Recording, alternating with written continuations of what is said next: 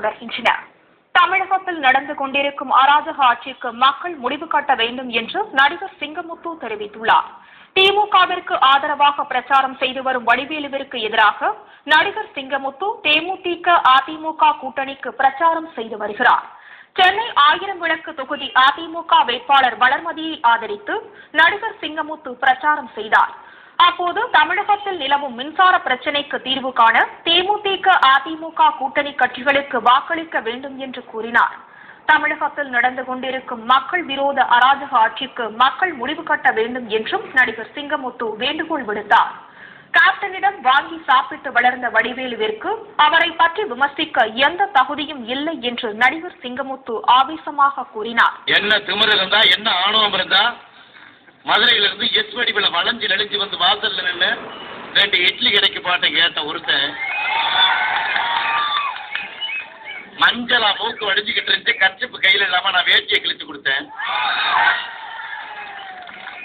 ஒரே ஒரு வேஷ்டி கட்டி இருந்தா, அதுவும் துவச்சி எவ்வளவு நாள் நெருப்பு வச்சாலும் எரியல. அப்படிப்பட்ட வேட்டிய புரட்சி தலைவர் எம்ஜிஆர் வீட்டுக்கு பக்கத்துல ஒரு ஒதுங்கின பள்ளத்துல தண்ணி தெளிவா இருந்ததுல குளிக்க சொல்லி லைபா என்கிற சோப்பு வாங்கி 4ஆக இருந்து 4 வாரம் வைத்துக் கொள்ள வேண்டும் என்று கொடுத்தவன் நானும் அந்த தூக்கிலே தொங்கிய மேனேஜரும்.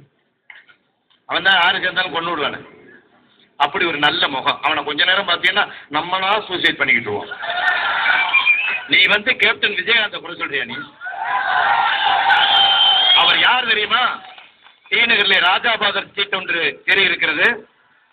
அதுல ஒரு பெரிய மண்டபம் போல் அமைத்து மதியம் தினந்தோறும் சாப்பாடு வருகின்ற புதிய இயக்குநர்கள், டான்ஸ் தேடி வருகின்றவர்கள், அங்கே வருகின்ற புதிய புதிய பல இயக்குநர்களை உருவாக்கிய ஒரே ஆள் சேர்ந்தவர்கள் தான்.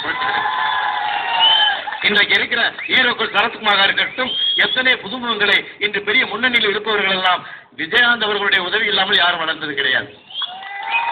பிரச்சார கூட்டத்தில் தேமுதிக அதிமுக மற்றும் கூட்டணி கட்சி நிர்வாகிகள் மற்றும் தொண்டர்கள் ஏராளமானவர்கள் கலந்து கொண்டனர்.